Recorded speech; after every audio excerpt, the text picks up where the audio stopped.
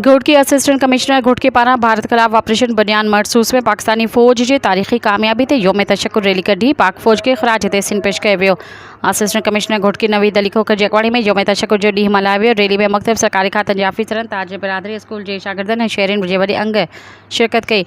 Rally में शिरकत कंदड़ पाकिस्तानी झंडा खंया हुआ ऐं माहौल पाकिस्तान जिंदाबाद पाक फूड जिंदाबाद जे नारनि सां गूंजंदो रहियो। इन मौक़े ते रैली खे ख़िताब कंदे असिस्टेंट कमिश्नर घोटकी नवीद अली खोखर चयो त पाक फ़ौज जो ही तारीख़ी कारनामो तारीख़ में सुनहरी अखरनि में लिखियो वेंदो।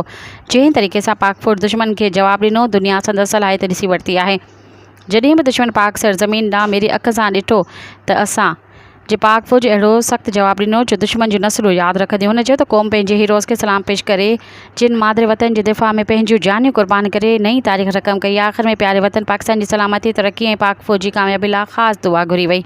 सब्सक्राइब कयो अवामी न्यूज़ HD खे ऐं ताज़ा तरीन ख़बरुनि लाइ ॾिसंदा रहो अवामी न्यूज़ HD।